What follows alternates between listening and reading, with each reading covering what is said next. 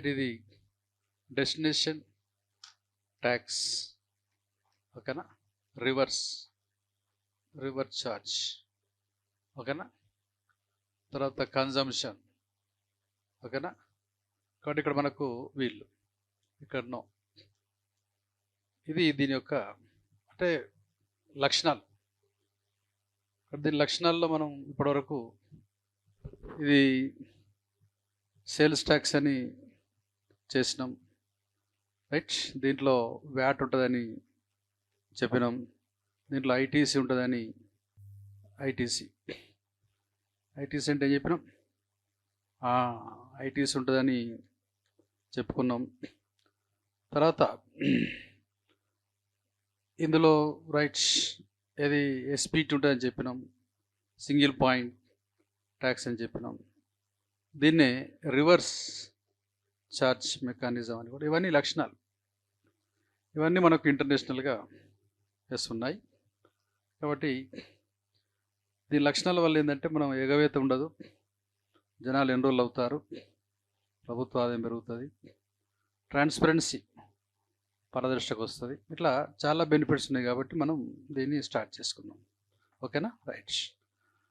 So generally the seller of the commodity pays the GST, but in some cases like imports and unregistered firms, the receiver of the goods pay the GST rather than the seller, means the chargeability get reversed. Okay, ఇది ఈ లక్షణాలు కలిగి ఉంటాయి. సరే, next 5th question, tax reforms.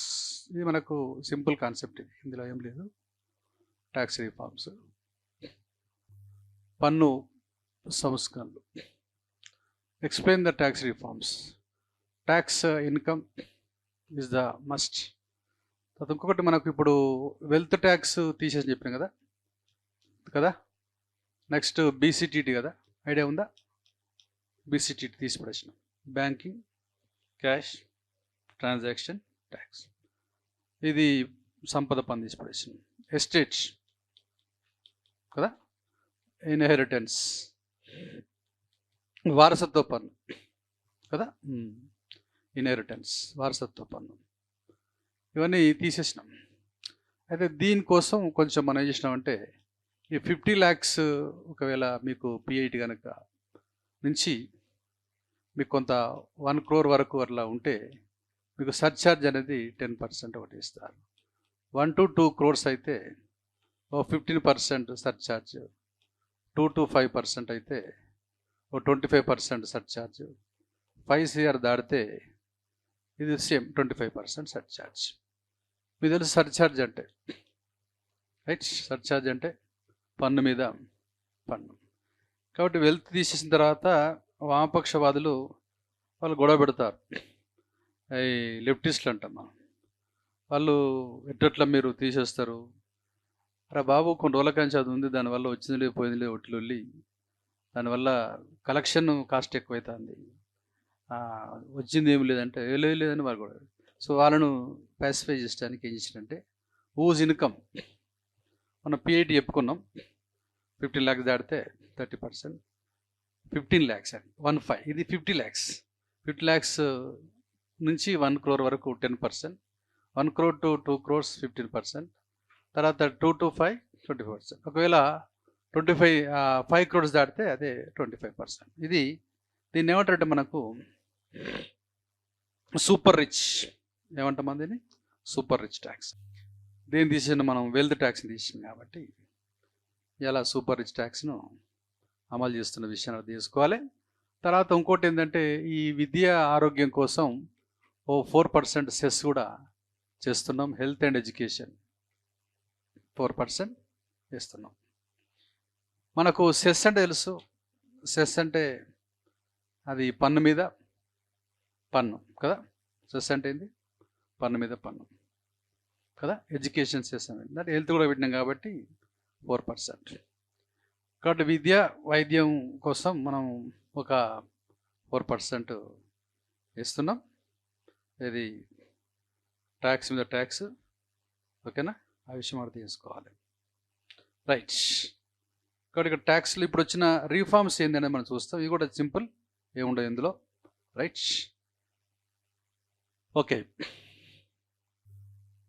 Right. First ట్యాక్స్లో మనకు తెలుసు మీకు 1947 నుంచి 1991 వరకు మనం కొంచెం ట్యాక్స్ ఎక్కువేసేది, ట్యాక్స్ ఎక్కువేస్తే ఈల్డ్ ఎక్కువ వస్తుంది అని ఒక అపోహ, ఇది రూమర్, మిస్కన్సెప్షన్. కాబట్టి దీన్ని మనం లాఫర్ అని అన్నాం. కాబట్టి ఇక్కడ 91 నుంచి మనకు రీఫార్మ్ స్టార్ట్ అయినాయి, 91 నుంచి. కాబట్టి ఈ రీఫార్మ్స్లో మనం ఏం చేసినామంటే ఇలా ఇండియాను ప్రపంచ ఆర్థిక వ్యవస్థతో అనుసంధానం చేసే కార్యక్రమం. We tried a lot to integrate Indian economy with the global economy. This is the right step which is being taken since 1991. ఒక మంచి ఆలోచన. దీనిలో భాగంగా మనకు రాజా చెల్లయ్య గారు, right, so frequently named as father of Indian tax system. ఓకేనా, right. సరే, ఏం చెప్పిండో అనేది మనం చూద్దాం. సింపుల్ కాన్సెప్ట్స్, ఇందులో ఏముండవు. Okay, he was given Padma S. Bhushan Award in 2007. Yes, often named as father of taxation, Raja Chellaya. Raja Chellaya recommended GST. It was realized in 2017. So, it was the initiative of Mr. Vijay Kelkar. Corporation tax was reduced. ఆయన ఏం చెప్పిండంటే, ఈ corporation అంటే కంపెనీల మీద వేసే పన్ను మీరు ఎక్కువ వేస్తున్నారు, కాబట్టి ఏం చేయాలి, మీరు తగ్గించాలనేది ఒకటి. ఎందుకంటే తగ్గిస్తే ఏమవుతుందంటే ఎక్కువ వస్తుంది, రెవెన్యూ ఎక్కువ వస్తుంది. ఇక్కడ మనకు దాంట్లో స్లాబ్స్ చేసినాము, ఎవరెవరు ఎందులో చేయడం వాళ్ళ ఇష్టం. దాంట్లో ఇన్సెంటివ్స్ బట్టి ఇలా 22-15 వరకు కూడా తీసుకొచ్చినాం. కాబట్టి కంపెనీల మీద ఏ ట్యాక్స్ తగ్గించమన్నాడు, చేశాం. ఈ సజెస్టెడ్ వైడనింగ్ ద ట్యాక్స్, అంటే కొన్ని అంశాలపైన కాకుండా అనేక అంశాలపైన మీరు ట్యాక్స్ వేయాలా. దీన్ని మనం బ్రాడ్ బేస్డ్ ట్యాక్స్ అంటే వైడనింగ్. కాబట్టి కొన్ని అంశాల మీద కాదు, చాలా అంశాలు ఎన్నుకుంటే మనకు ఇన్కమ్ వస్తుంది, వైడనింగ్. తర్వాత tax rate should be brought down to realize avoid evasion. మనకు తెలుసు, ట్యాక్స్ తగ్గిస్తే ఏవియేషన్ అనేది తగ్గుతుంది. ఏవియేషన్ అంటే ఏంటండి, తగ్గుతుంది. రెవెన్యూ ఏమైనప్పుడు ఆదాయము పెరుగుతుంది. ఓకేనా, ఇది అని చెప్పింది. సో ఈ suggested bring the agriculture income tax under tax net. సరే, అది చెప్పిండు, బట్ మనం ఏం పట్టించుకోలేదు. ఎందుకంటే వ్యవసాయము, ఇండియన్ అగ్రికల్చర్ స్ట్రెస్లో ఉన్న విషయం మనకు అందరికీ తెలుసు. దాన్ని స్ట్రెస్లో కావాలని ఉంచినాం మనం, ఎందుకంటే వాళ్ళు ఓట్ బ్యాంక్గా వాడుకుందామని ఉంచాం. ఎందుకోసం అంటే అన్ని ఫెసిలిటీస్ మనకు ఉన్నాయి, బట్ దాన్ని కావాలని తొక్కేస్తే PIT was reduced to 90% to 30% which instigate income. మనం చెప్పాము 1947 నుంచి 1991 వరకు ఒక లిమిట్ ఉంటుంది. ఆ లిమిట్ కనుక దాటితే అది 90% వరకు వేసేది. ఇప్పుడు లిమిట్ దాటితే ఓన్లీ 30% వేస్తున్నారు. 30%. ఈ 30% కూడా మామూలుగా మీకు రైట్ ఇది బాక్స్ సిస్టమ్ ప్రకారం వేస్తుంటారు. బాక్స్ సిస్టమ్ అంటే ఫర్ ఎగ్జాంపుల్ మీకు 20 lakhs వచ్చింది అనుకోండి, 20 lakhs మీద మీకు ఇది ఒకటేసారి 30% వేసి, అర్థమైందండి. దీంట్లో ఇలా 3 లక్షలు 6 లక్షలు వసూలు చేయరు. 6 లక్షలు చేయరు. ఎందుకోసమంటే మనకు 0 to 3 lakhs ఉంది. 3 lakhs వరకు ఎంత, 0 ట్యాక్స్ కదా. ఇక ట్యాక్స్ ఉండదు. ఇక్కడ ఇట్లా లెక్క ఇస్తారు. ఇలా 3 నుంచి ఇట్టున్నది, ఇలా 7 lakhs వరకు అనుకుందాం, అర్థమైంది. ఒక 5%, ఈ 5% ఇక్కడ ఈ 5% ఇస్తారు. ఇట్లా చేసుకుంటూ పోతే అంతా కూడా 6 లక్షలు కాదు, 2 లక్షలు అయిపోతుంది. కాబట్టి ఓవరాల్గా మొత్తం దానికి ఇంకా స్టాండర్డ్ డిడక్షన్స్ ఉంటాయి. 75,000 వరకు స్టాండర్డ్ డిడక్షన్ అంటారు, రైట్. అదర్ 50,000 ఇప్పుడు ఎస్డి అంటాం. ఎస్డి అంటే ఏంటండి, స్టాండర్డ్ డిడక్షన్, అది తీసేస్తారు. Yes, SD standard. తర్వాత ఇది అదర్ 50 ఉండే 75 చేశారు. ఇంకా వేరే ఉంటాయి ఇన్సూరెన్స్ అవి ఇవి. ఇంకా వాళ్ళు మీరు సీఏ దగ్గర పోతే వాళ్ళు మంచిగా ఆడుకుంటారు, వాళ్ళు కొంత తీసుకుంటారు, మీకు ఏం ట్యాక్స్ చేయకుండా, అర్థమైంది, హ్యాపీగా ఉంచి పంపిస్తారు. బట్ ఇది ఒక ఎస్డి అందరికి ఉంటుంది. కానీ మిగతా అది ఇలా వృద్ధులు ఉన్నారు, వాళ్ళకి మెడిసిన్స్ అవసరము, అది వేసుకుంటారు. తర్వాత మీరు ఇలా ఏమన్నా సిఎస్ఆర్ లాంటివి కట్టేస్తుంటారు, వాటికి ఇచ్చేస్తుంటారు. ఇట్లా మీరు ఏ మంచి పని చేసినా దాని లేవు. ఎస్ ఇట్లా సరే అదంతా మనకు. కాబట్టి ఇది ఓన్లీ చెప్పడానికి మాత్రమే. కాబట్టి 20 lakhs ఇన్కమ్ ఉన్నోడు ఇలా 6 lakhs కాదు 1-2 lakhs కూడా కట్టడానికి వీల్లేదు. ఎందుకంటే ఈ రకంగా విభజిస్తారు, వాళ్ళు విభజన చేస్తారు కాబట్టి తక్కువ వస్తుంది. దీన్ని మనము బాక్స్ సిస్టమ్ అంటాం, బాక్స్ సిస్టమ్. కాబట్టి ఓవరాల్ కాకుండా బాక్స్ ప్రకారం పోతుంటుంది. 0 to 3 lakhs వరకు సున్నా ట్యాక్స్ లేదు అక్కడ. ఓకేనా. మళ్ళీ ఇప్పుడు 7 lakhs ఫర్ ఎగ్జాంపుల్ 7.5 lakhs ఉందనుకోండి, తన ఇన్కమ్ ఆలోపు ఉందనుకోండి, సున్నా ట్యాక్స్, రిబేట్ అంటాం మనం. ఒకవేళ 8 lakhs అయినప్పుడు ఈ రిబేట్ ఆయనకు వర్తిస్తుంది. మీకు ఇప్పుడు ఇన్కమ్ 7.5 ఉందనుకోండి, దాన్ని రిబేట్ కిందకి వస్తారు మీరు. రిబేట్ కింద అంటే దాని అర్థమైంది మీకు ట్యాక్స్ ఏం లేదు. 8 lakhs అయిందనుకో, 50,000 పెరిగింది, నాకు ఏమంటే ఇయ్యరు. అదేనా, ఎందుకంటే అది ఓన్లీ 7.5 lakhs ఉన్న వాళ్ళకి, అది ఇది చిన్న తరగతి వాళ్ళకు. ఓకేనా. ఇట్లా కాబట్టి సీఏ దగ్గర మీరు పోయినప్పుడు ఐటీ వాళ్ళు చేసేటప్పుడు ఇవన్నీ ఉంటాయి. అయితే అప్పుడేంటంటే ఇవన్నీ ఏమి లేవు. అప్పుడు ఇలా మీకు లిమిట్ కనుక దాటితే 90% తీసుకునేది. కాబట్టి ఇది ఎందుకురా బాబు అని చెప్పేసి కావాలని ఎగ్గొడుతుండేది ఏది అప్పుడు. ఇప్పుడు ఎగవేత్ అనేది.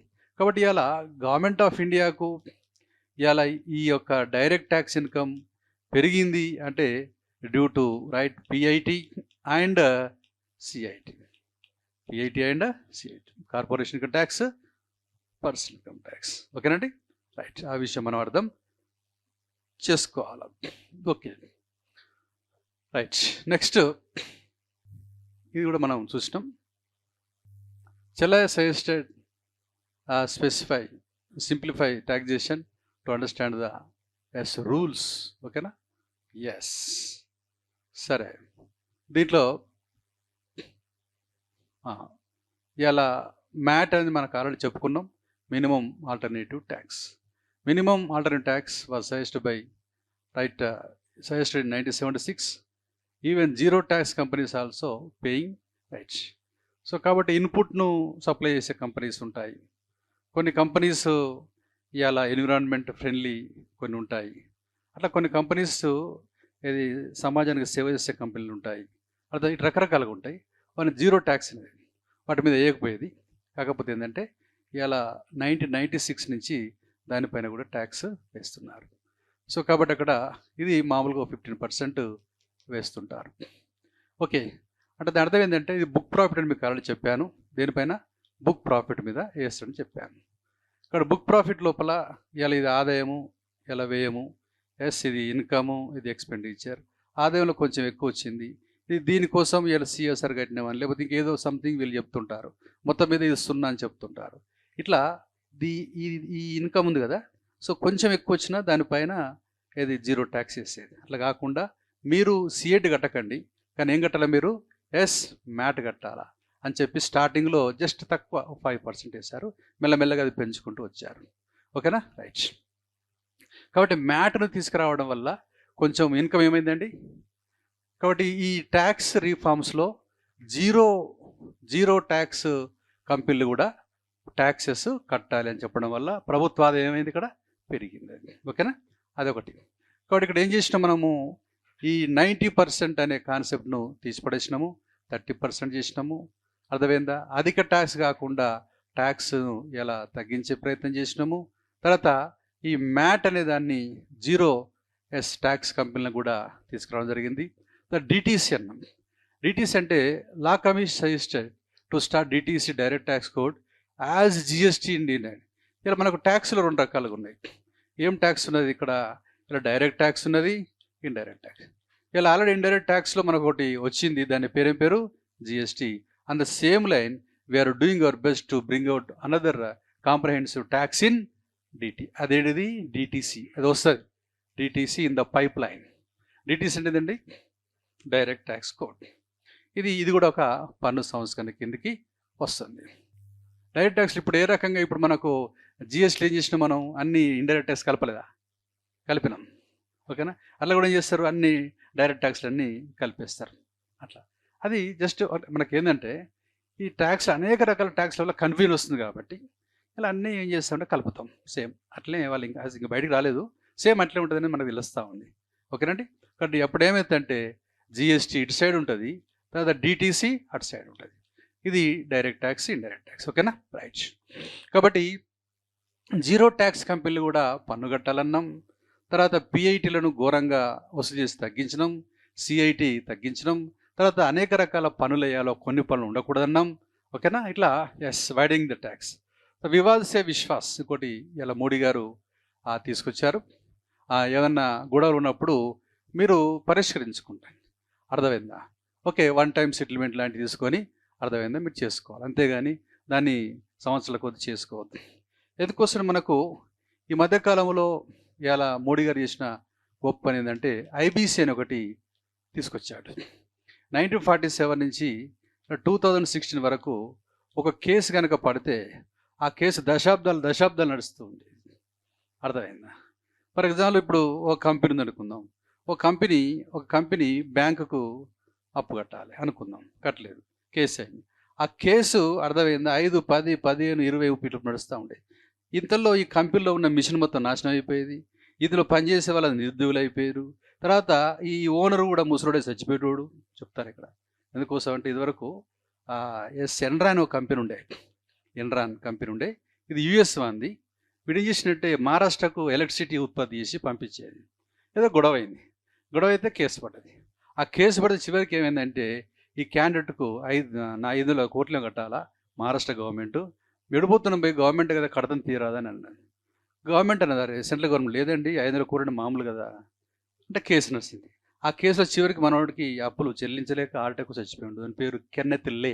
ఏం పేరు? కెన్నెత్ లే. ఇది ఎంట్రాన్ కంపెనీ ఓనర్. ఇట్లా ఈ న్యూసెన్స్ ఏది అట్లా కాకుండా మోడీ గారు వేసినంటే దీనికి పరిష్కారం లేదా? ఇదేందుకు పోయి నాకు అర్థం కాదు. ఇన్ని రోజులు కేసు ఇది నాకు అర్థం కాదు. ఈ కేసులు కాదు తీసిపడాలి దీన్ని అని చెప్పేసి ఐబీసీ అని తీసుకొచ్చిండు. IB stands for insolvency, bankruptcy code. 330 డేస్లో నువ్వు తీసిపడాయి. వీలుంటే 90 డేస్, లేదా 180 డేస్, లాస్ట్కి 330. అర్థమైందా? 1 year లోపు అయిపోవాలి. నువ్వేం చేస్తున్నా నాకు అనవసరం. అర్థమైందా? లేకపోతే ఏమైతే కంపెనీలు నాశనం అయిపోతున్నాయి, అన్ఎంప్లాయ్మెంట్ వస్తున్నది, మెషిన్ అంతా నాశనం అయిపోతున్నది. అర్థమైందా? కోర్టు సిస్టమ్ పైన జనాలకి నమ్మకం పోతా ఉన్నది. ఇదేంది nuisance, right? So that's why whatever it is done, the problem must be resolved right within 330 days, right, at any cost.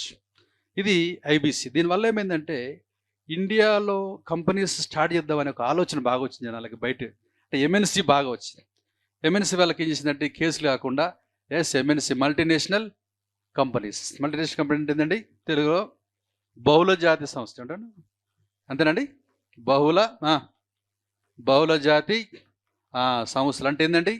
ఒక సంస్థకు 100 కోట్ల ఆశలో ఒక 25 కోట్లు బయట దేశాల్లో ఉంటే, for example company is there, it is having 100 crores, it is having 25% of its right assets located either in one country or many countries, doesn't matter. బయట ఉండాలి మనకు. దాన్ని ఏమంటాం? ఎంఎన్సీ అంటాం. సో వాళ్ళందరూ ఇండియాకి రావడం స్టార్ట్ చేసి ఎందుకోసం అంటే అరే కేసులు పడితే ఈజీగానే అయిపోతారు బాబు అని చెప్పేసి ఇలా రావడం జరిగింది. కాబట్టి ఇక్కడ రైట్. కాబట్టి ఈ వ్యవస్థ వల్ల ఏమైందంటే భారతదేశం లోపల ఒక కేసెస్ పడ్డప్పుడు మనం ప్రాబ్లం లేదు, ఈజీ చేసుకోవచ్చు అని ఐబీసీ అని ఒకటి తీసుకొచ్చారు. దీనివల్ల ఇలా అన్ఇంటరప్టెడ్ ప్రొడక్షన్ జరగడానికి అవకాశం ఏర్పడ్డది. దీనివల్ల ఇలా ఇండియా యొక్క మరి is of doing business rank కూడా మనకు మరి మెరుగుపడ్డది. ఇక్కడ ఈడీబీ అంటే ఈజ్ ఆఫ్ డూయింగ్ బిజినెస్. ఎందుకోసం అంటే వ్యాపారం చేసుకోవడానికి చాలా సులభమైన పద్ధతులు ఇక్కడ ఉన్నాయి. కేసులు పడితే తొందరగా అవుతుంది అని చెప్పేసి ఒక మంచి ఎందుకోసం అంటే ఇలా తప్పకుండా అవసరం లేదు. అంటే ఒకసారి కేసు పడ్డ ఇరుక్కొని పోతే అది ప్రాబ్లం అవుతుంది. ఓకేనా? కాబట్టి మ్యాక్సిమం 90 days వేసుకోండి, వీలుంటే ఓకే 180 చేసుకోండి, లాస్ట్కు రైట్ 330 వేసుకోండి, అంతే. మొత్తం 1 year లోపే లేపేసేయాలి కేసును. నువ్వేం చేస్తావు అనేది అనవసరం అనేది ఇలా ఐబీసీలో చేసినటువంటి కాన్సెప్ట్. ఇది ఒక అద్భుతం. ఓకే. సో కాబట్టి ఇలా అదే రకంగా మనకు ఇలా మరి నేషనల్ సింగిల్ రైట్, ఇది మనకు system right, national single right ఇది ఒకటి ఉంది. సో 2021లో చేశారు ఇక్కడ. దాని అర్థం ఏంటంటే ఇలా ఒక కంపెనీ వచ్చేసి రైట్, భారతదేశంలో స్టార్ట్ చేయడానికి ముందుకు వచ్చినప్పుడు దానికి అన్ని రకాల అనుమతులు డిజిటల్ ద్వారానే చేస్తారు. పోర్టల్ అది single national single window system, national single window system దానికి పోర్టల్ ఇస్తారు. కాబట్టి నువ్వు ఆఫీస్ చుట్టూ తిరగాల్సిన అవసరం లేదు. అదివరకు ఏమైందంటే ఆఫీస్ తిరిగితే వాళ్ళు ఏం చేసేదంటే వాళ్ళు ఊరికే లంచాలు తీసుకోవడం పిచ్చిలేపేది జనాలకి, అర్థమైందా? సో రెడ్ టేపిజం, బ్యూరోక్రసీ, అర్థమైందా? న్యూసెన్స్ అంతా న్యూసెన్స్. సో అట్లా కాకుండా ఈ నేషనల్ ఇలా సింగిల్ విండో సిస్టమ్ అనేది తీసుకొచ్చారు 2021లో. ఇలా 2000 నేషనల్ 2021లో మోసీ వాళ్ళు ఇలా ministry of commerce and industry వాళ్ళు తీసుకొచ్చారు. తర్వాత పోర్టల్ కూడా ఇచ్చారు. పోర్టల్లో నీకు అన్ని రకాల అనుమతులు, అన్ని డిపార్ట్మెంట్ల అనుమతులు రైట్ మీకు ఉంటాయి, అర్థమైందా? అన్ని రాష్ట్ర ప్రభుత్వాల అనుమతులు మీకు ఉంటాయి, అర్థమైందా? సో కాబట్టి మీరు ఎలాంటి బాధ పడాల్సిన అవసరం లేదు. Just you place an application with the department, they themselves resolve the problems what are the problem which are being right faced by the right. కాబట్టి ఏ ప్రాబ్లం అయినా కానీ వాళ్ళు తీసిపడేస్తారు, మీరేం బాధపడకూడదు అని చెప్పేసి national single window system, national single window సిస్టాన్ని 2021లో చేశారు. కాబట్టి ఇక్కడ కాన్సెప్ట్ ఏంటంటే మనకు ఈ ఇండస్ట్రియల్ రీఫార్మ్స్ విషయంలో మనకు 1948 ఒకటి చేశారు, 1956 చేశారు, 1973 చేశారు, 77 చేశారు, 80 చేశారు, 85 చేశారు, 1991 చేశారు. ఆ తర్వాత చేయలేదు.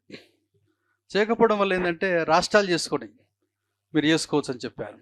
బట్ నేషనల్ కూడా ఇలా అవసరం, ఇలా కేంద్రం కూడా ముందుకు రావాలి అని చెప్పేసి చెప్పడం వల్ల ఏంటంటే ఇవాళ 2021లో ఎస్ నేషనల్ సింగిల్ విండో సిస్టమ్ను చేశారు.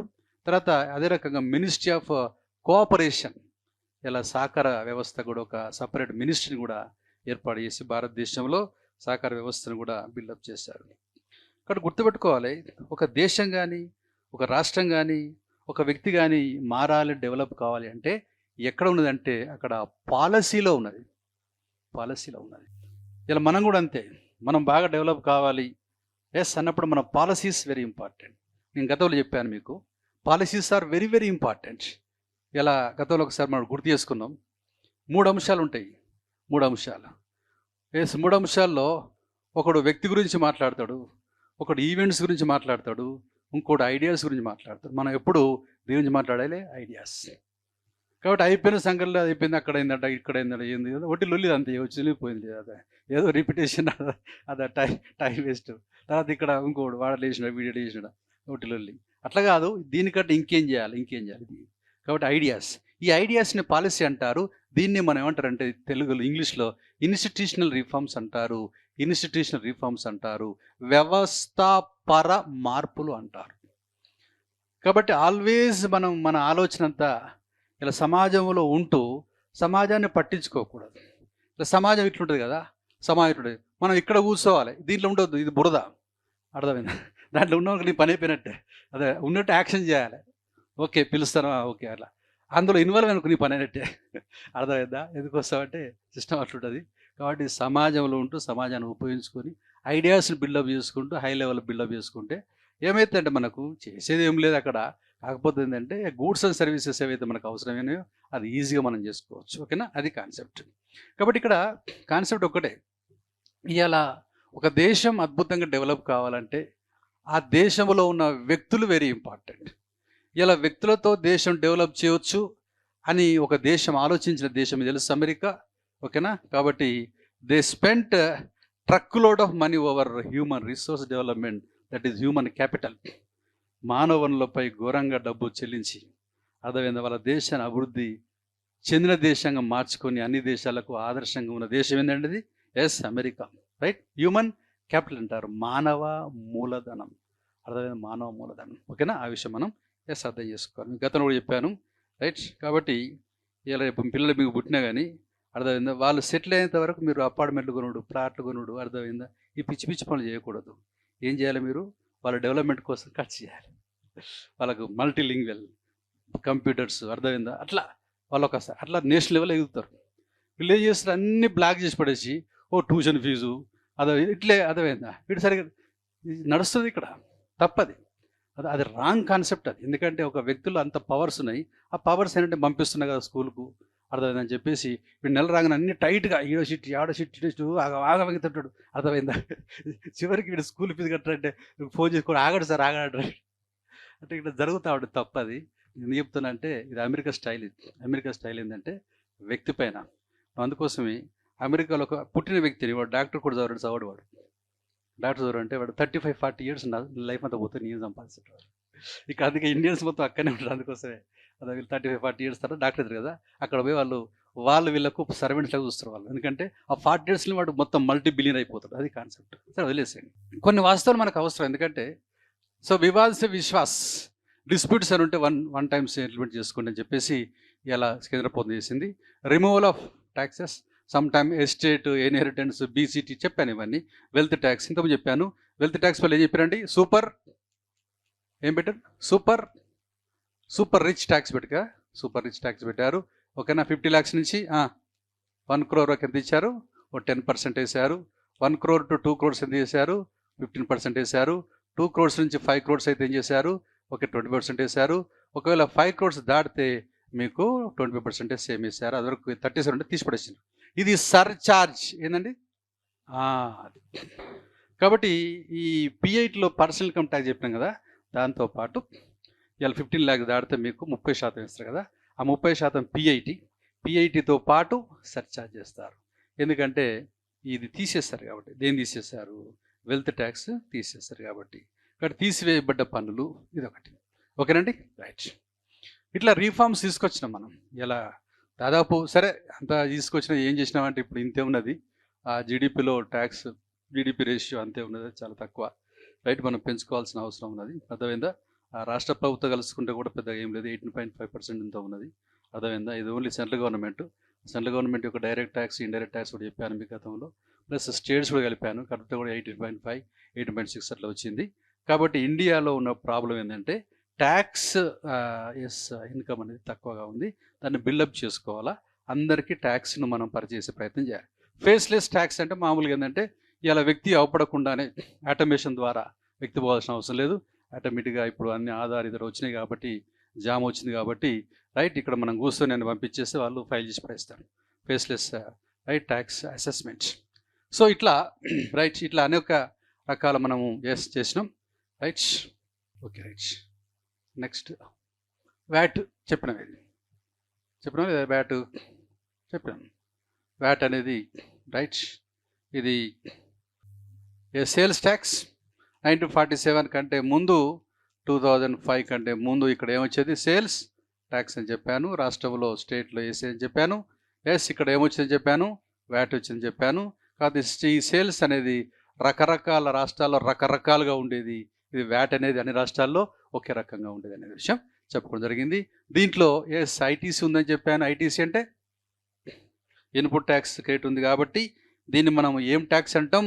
మల్టిపుల్ ట్యాక్స్ అంటాం. Multiple tax, not multi point tax. Multiple అయింది ఒకసారి వ్యాపారం చెల్లిస్తే గవర్నమెంట్ తర్వాత చెల్లిస్తుంది, దాన్ని మల్టిపుల్ అంటాం. ఓకేనా? అది. సో మొత్తం మీద వ్యాట్ అనేది సక్సెస్ అయింది. ఆ తర్వాత నెక్స్ట్ 2017లో అది చేసినాం, మనం జిఎస్టీ తీసుకొచ్చినాం. ఈ జిఎస్టీలో ఏం కలిపినాం కాబట్టి వ్యాట్లో ఉన్న ఐటీసీ వస్తుంది కదా, వ్యాట్లో ఉన్న మల్టిపుల్ ట్యాక్స్ వస్తుంది. తర్వాత ఇక్కడ సింగిల్ పాయింట్ ట్యాక్స్ వస్తామని చెప్పినాం, మనం డిస్కస్ చేసినాం. ఓకేనా? Very nice. సరే, ఇది సింపుల్ కాన్సెప్ట్స్. అంటే ఎట్లాంటి రీఫార్మ్స్ వచ్చినాయని జిఎస్టీ. సరే, జిఎస్టీ గురించి మనకు చూసినాం. ఏ comprehensive indirect tax was introduced in 2017. GST is a single point tax, hence right collections. Okay, ఇక్కడ మనకు ఆల్రెడీ డిస్కస్ చేసినాం, అర్థమైందా? సో కాబట్టి ఎవరి పన్ను వాళ్ళే కట్టేసుకుంటారు. గతంలో ఉన్న పన్ను కట్టడానికి వీల్లేదని చెప్పినాం, అది మీకు డిస్కస్ కూడా చేసినాం. ఇక్కడ జిఎస్టీలో పన్ను పెరుగుతుందా తగ్గుతుందని మీరే చెప్పారు, తగ్గుతుందని చెప్పారు. ఓకేనా? ఎందుకు కూడా డిస్కస్ చేసినాం. ఓకేనండి? గార్, ఈ గార్ అంటే ఏంటనేది మనం చూద్దాం. Okay, general anti avoidance rule. Okay, right. So 2007, after the Vodafone deal involving Hutchinson SR, this broad applicability extend beyond international dealings. The general problems GAR deals not for specific problems are specific anti-awareness rule is used. Okay, so concept ఇక్కడ ఏంటంటే ఇలా మనకు చెప్పాము already, right. జనరల్గా దేశం లోపల, భారతదేశం లోపల ఉన్న ఏవైతే ఒప్పందాలు ఉన్నాయో ఆ ఒప్పందాలు మాత్రమే చూసేది. ఎప్పుడు అది 1947 నుంచి 2017 వరకు ఒప్పందం. ఒకవేళ 2 కంపెనీల మధ్య ఒప్పందం కనుక బయట జరిగితే ఈ దీనికి సంబంధించిన విషయాలు కోర్టులో లేవు. కాబట్టి ఏం చేశారు ఇక్కడ వీళ్ళు ఎవరు, వాళ్ళు వోడాఫోన్ వాళ్ళు దేనికి కొన్నారు? హచిన్సన్ కొన్నప్పుడు ఒప్పందం అవుతుంది. ఒప్పందం అయినప్పుడు రైట్ క్యాపిటల్ గెయిన్ ట్యాక్స్ అనేది చెల్లించాలి. అయితే వీళ్ళు ఒప్పందం ఎక్కడ చేసుకున్నారు? వీళ్ళు ఇక్కడ ఏదో ఐలాండ్లో చేసుకున్నారు, అయిపోయింది. అదే గవర్నమెంట్ ఆఫ్ ఇండియా వాళ్ళు వోడాఫోన్ వాళ్ళకు, బాబు నువ్వు వాళ్ళది కొన్న వాళ్ళ కంపెనీ, 5,000 కోట్లు నువ్వు కట్టాలి అంటే వాళ్ళేమనంటే నేను కడతాపోయి, నాకు అర్థం కాదు, ఒప్పందం ఏంది కదా, ఒప్పందం లేదు, ఎక్కడ ఉన్నదా చూడండి, ఇండియాలో ఎక్కడ చేసుకున్నావా, పిచ్చి మాట్లాడుతున్నావా నేను గవర్నమెంట్ ఆఫ్ ఇండియాను, అయితే మాత్రం ఏంది నాకు అర్థం కాదు, ఎక్కడ ఉన్నా చూసుకో. సో ఇద్దరు కలిసి చెడిపోయారు, సుప్రీంకోర్టు పోతే సుప్రీంకోర్టు వాళ్ళు ఎవరిని చేసిర్రు, హైలైట్ వోడాఫోన్ చేసారు. అట్లా జనరల్ కాకుండా తర్వాత మనం తీసుకొచ్చిన తర్వాత అంటే జనరల్ కాకుండా స్పెసిఫిక్ కూడా చిన్న కంపెనీ ఏ చిన్న ప్రాబ్లం వచ్చినా స్పెసిఫిక్ కూడా ఈ రోజున ఆఫీసులకు ఐడియా వచ్చేసింది, పవర్ వచ్చేసింది. కాబట్టి ఒప్పందాలు బయట జరిగినా లోపల జరిగినా అన్నిటికి సంబంధించిన స్పెసిఫిక్ ఒక అంశానికి సంబంధించిన వాళ్ళకు పవర్స్ వచ్చినాయి. కాబట్టి ఇలా సార్ అంటాం, specific anti evidence rules general కాకుండా కొన్ని ప్రత్యేక డిపార్ట్మెంట్లకు ప్లస్ అన్ని డిపార్ట్మెంట్లకు ఆ ఒప్పందం లోపలైనా బయట అయినా మన ఆఫీసులకు పవర్స్ ఉంటాయి, ట్యాక్స్ వసూలు చేస్తారు. ఇది ఎప్పటి నుంచి వచ్చింది? 2017 నుంచి వచ్చింది. కాబట్టి ఇలా మన ఆఫీసర్లకు ఎందుకోసం అంటే ఇలా మనకు ఇతర దేశాలతో కూడా రైట్ మనకు ఏది ఒప్పందాలు ఉన్నాయి, రైట్, ఓకేనండి. కాబట్టి తప్పకుండా వాళ్ళు ఇన్ఫర్మేషన్ ఇస్తుంటారు, మనం పోయి అటాక్ చేస్తుంటాం, ఆ విషయం మనం అర్థం చేసుకోవాలి. కాబట్టి అది తప్పించుకుని అయిపోయిన తర్వాత వీళ్ళు చేసిండ్రు, ఇంకొంచెం తప్పించుకోవద్దని వాళ్ళు తప్పించుకున్న వాళ్ళు అయిపోయింది. ఏమైనా చేయాలనుకుంటే మీరు తరాజు చేసి అప్పటికి అయిపోతుంది. సుప్రీంకోర్టు ఇష్టపడేసింది. సుప్రీంకోర్టు ఎంత పవర్ఫుల్ అంటే ఇండియాలో ఎవరు మాట వినదు, అర్థమైందా? సో ఎందుకు అంటే మనకి తెలుసు వాళ్ళు అంచెలంచెలుగా ఉంటుంది. కాబట్టి ఇవాళ ఇండియా ఈ పొజిషన్లో ఉన్నది అంటే బికాజ్ ఆఫ్ కోర్ట్ సిస్టమ్ ఇవ్వాలి ఇండియాలో. లేదు అంటే ఆగమైపోయింది, ఇప్పటికీ ఆగమైపోయింది ఇక్కడ, ఓకేనా? పర్ఫెక్ట్ పనిచేస్తున్నాయి అవి కోర్టులు. ఎందుకంటే ఒకరు తప్పు చేసినా రైట్ ఇంకో దగ్గర పోయినప్పుడు ఆటోమేటిక్గా చెక్ అవుతుంది. ఈడు దొంగ అందరు దొంగలు ఉంటారు కదా, కొంత మంచి వాళ్ళు ఉంటారు కదా, అట్లా అదేనా. సో సరే, ఒకవేళ పోలేకపోయిననుకో ఇక్కడతో ఖతం అయిపోతుంది. ఫర్ ఎగ్జాంపుల్ డబ్బులు లేకపోతే ఇక్కడ నడుస్తుంది, మామూలు నడుస్తుంది. కానీ ఇక్కడ విషయం ఏంటంటే కాన్సెప్ట్ ఏంటంటే నువ్వు ఎంత చేసినా కానీ మనం చేయొచ్చు. ఎందుకంటే ఇక్కడ మీరు అనొచ్చు ఎందుకు ఇక్కడ జరుగుతుందంటే ఎప్పుడైనా వెల్ ఎడ్యుకేటెడ్ బాగా పుస్తకాలు చదివినోడు తప్పు చేసిన చాలా తక్కువ. అదే 4th క్లాస్ ఇప్పుడు రిజిస్ట్రేషన్ ఆఫీస్లో పనిచేసే క్లర్క్ వాడు రోజు వసూలు చేస్తున్నాడు, అదే రెవెన్యూ కలెక్టర్ అనుకోండి ఫర్ ఎగ్జాంపుల్, అదైనా అంత చీప్గా ప్రవర్తించడు. ఎందుకు? As to refer many books. Mind set వేరే ఉంటుంది అక్కడ. మేధావులు తప్పు చేయడానికి అవకాశం తక్కువ ఉంటుంది. చేస్తారు కావచ్చు, నేను చేయాలనట్లేదు, బట్ తక్కువ, అర్థమైందా? కాబట్టి నేను అనేది కొలీజియంలో ఉండొచ్చు, రైట్, వాళ్ళు గ్యాంగ్ ఏర్పడవచ్చు, అది వేరే విషయం. కాకపోతే ఆ ఇంటెన్సిటీ తక్కువగా ఉంటుంది, ఓకేనా? రైట్. సరే, వల్ల ఏంటంటే మన ఆఫీసర్లకు ఒప్పందాలు అది అన్ని డిపార్ట్మెంట్లకైనా స్పెసిఫిక్ ఏదైనా కానీ వాళ్ళు చెకింగ్ చేసుకోవచ్చు. అది వోడాఫోన్ కేసు వల్ల వచ్చింది. Next ఏడీడీ, country which is using a lower tax below cost of production, ఏడీడీ. For example ఇక్కడ ఇలా ఇండియాలోకి ఒక వస్తువు వస్తున్నది, ఓకేనండి, రైట్, దాన్ని ఏడీడీ, యాంటీ డంపింగ్ డ్యూటీ అంటాం. వీటికి 10 రూపాయలు చేసి చెల్లించాలి. ఎందుకంటే మన ఇండియాలో కూడా దీనికి 10 రూపాయలు ఉంది, ఓకేనా? సో ఇప్పుడు ఏం చేస్తుంటాం ఇక్కడ మనకు దీన్ని లెవెల్ ప్లేయింగ్ అంటాం. ఇక్కడ ఈ దేశం కూడా చేస్తారంటే దీనికి రకరకాలుగా సబ్సిడీలు ఇవ్వకపోయినా ఇండియాలో ఒక మార్కెట్ను కొల్లగొట్టేందుకు వీడికి కావాలని ఏం చేస్తారంటే కాస్ట్ ఆఫ్ ప్రొడక్షన్ 5 రూపాయలు నిర్ణయిస్తున్నాడు, 5 రూపీస్ చేస్తాడు. ఈ 5 రూపీస్తో ఇండియాకి వస్తే రైట్ ఇలా 5 రూపాయల వస్తువుని కొనేస్తారు. అప్పుడు ఏమవుతుందంటే డొమెస్టిక్ ఇండస్ట్రీ ఫెయిల్ అయిపోతుంది. కాబట్టి మనం ఏం చేయాలంటే ఈ 5 రూపీస్ అన్నప్పుడు దీన్ని ఏం చేయాలంటే మనము రీసెర్చ్ చేయాలి, బయట తీసుకొచ్చేసి మీ కాస్ట్ ఆఫ్ ప్రొడక్షన్ ఎంత అయింది, 10 రూపాయలు. కాబట్టి మీ ప్రైస్ ఎంత ఉండాలి, price greater than cost of production. Rule అది. మీకు ఉత్పత్తి వ్యయం ఎంత అయింది, 10 రూపాయలు అయింది. మీ ధర ఎంత ఉండాలి? 10 రూపాయల కంటే ఎక్కువ ఉండాలి. 15 రూపాయలు పెట్టేసుకో. అది this is price must exceed cost of production. కాబట్టి మీ ధర ఎక్కువ ఉండాలి, ఉత్పత్తి వ్యయం తక్కువ ఉండాలి. ఇది మనం ప్రూవ్ చేయాలి. ప్రూవ్ చేస్తే ఏమవుతుందంటే ఎస్. కాబట్టి ఇక్కడ మనకు ఇలా డిస్ప్యూట్ సెటిల్మెంట్ బాడీ అని ఇలా WTOలో ఉంటుంది, వరల్డ్ ట్రేడ్ ఆర్గనైజేషన్లో ఉంటుంది. వాళ్ళు ఏం చేస్తారంటే రీసెర్చ్ చేస్తారు. మనం కేసు వేస్తాం. సరే సంగతి సార్ వాళ్ళు మొత్తం చేస్తున్నారు, అర్థమైందా? మేము లెక్క చేసాము, చేస్తే లెవెల్ ప్లేయింగ్ లేదు, అర్థమైందా? కాబట్టి ఎస్ ఆ విషయం అండి. కాబట్టి ఇక్కడ విషయం ఈ మధ్యకాలంలో మధ్యకాలంలో ఇలా స్టీల్, చైనా నుంచి వచ్చే స్టీలు ఇలా వాడు తక్కువ ధరకు అమ్మేస్తున్నాడు, అర్థమైందా? సో మనం ఏం చేసినామంటే లెవెల్ ప్లేయింగ్ లేదు అంటే నా వస్తువు ధరకు నీ వస్తువులకు సమాంతరంగా లేదు, ఓకేనా? ఎందుకు? మా కంపెనీ వాడు ఈ ఓర్ అంటే ముడి పదానికి ట్యాక్స్ కడుతున్నాడు, కోలుకు ట్యాక్స్ కడుతున్నాడు, అర్థమైంది, ఎలక్ట్రిసిటీ బిల్లు కడుతున్నాడు. ఇవన్నీ కట్టడం వల్ల మామూలుకి రేట్ ఎక్కువైంది. మీ వాడు ఏం కట్టట్లేదు, వచ్చి ఇక్కడ అమ్ముతున్నాడు అని చెప్పేసి ఇలా దీన్ని మనం బ్యాట్ వేసినాం. బార్డర్ అడ్జస్ట్మెంట్ ట్యాక్స్ అంటాం. ఏమంటాం? Border adjustment tax. కాబట్టి ఇది వేసుకోవచ్చు. ఇది WTO, ఇది అలైన్డ్ విత్ WTO. అంటే WTO ప్రకారం మనం రైట్స్ ఉంటాయి ఇక్కడ. So we can charge BAT, border adjustment tax over the foreign imported goods in order to realize level playing. అంటే నా వస్తువు ధర నీ వస్తువు ధర ఎట్లుండాలి? సమానంగా ఉండాలి. ఇవాళ మావాడు అన్ని కడుతున్నాడు, మరి నువ్వేం కట్టట్లేదు, ఈ సంగతి ఏంది అని చెప్పేసి రీసెంట్గా ఈ చైనా నుంచి వచ్చే స్టీల్ పైన మనోడు BAT వేసాడు. వేయడం వల్ల కూడా వాళ్ళు కేసు వేసడానికి వీల్లేదు, ఎందుకంటే అది ఆల్రెడీ WTO ఉంది, okay, complaint with the WTO rules and regulation. కాబట్టి ఈ WTO అనేది మామూలుగా దీని యొక్క కాన్స్టిట్యూషన్ మనం UR అంటాం, ఉరుగ్వే రౌండ్ అంటాం. ఏమంటామండి? ఉరుగ్వే రౌండ్. ఇప్పుడు మన కాన్స్టిట్యూషన్, ఇండియన్ కాన్స్టిట్యూషన్ అంటే WTO కూడా కాన్స్టిట్యూషన్ ఉన్నది, దాని పేరు UR, ఉరుగ్వే రౌండ్. ఆ ఉరుగ్వే రౌండ్లో 15 ఉంటాయి పాయింట్స్. ఆ 15 పాయింట్స్లో 14 points goods, 1 point service. How many parts are there? UR 15 out of 15, 14 are belong to right goods. Residual 1 which right 1 that is services, సేవకు సంబంధించింది. కాబట్టి దాంట్లో రూల్స్ అండ్ రెగ్యులేషన్స్ మనం పాటిస్తాం. కాబట్టి రీసెంట్లీ వాళ్ళు ఏం చేసినట్టు మన Indian government, especially commerce department వాళ్ళు BAT expedition, BAT means border adjustment tax, ఓకేనా? ఇట్లా వేసుకోవచ్చు, తప్పేం లేదు. కాబట్టి ఇక్కడ కాన్సెప్ట్లో ఇవాళ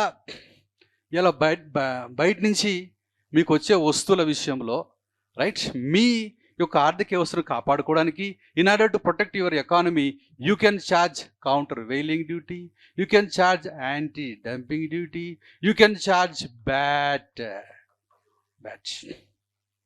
these are the 3 taxes you are enabled to charge over the imported goods, right, to protect your home industry. నీ ఆర్థిక వ్యవస్థను కాపాడుకోవడానికి నువ్వు ఎక్స్ట్రా ఏంది? ఇప్పుడు జిల్లాగా మనం వీటి మీద వేస్తాం, మనం ఏమేస్తాం కదా, దిగుమతి పన్ను వేస్తాం. దిగుమతి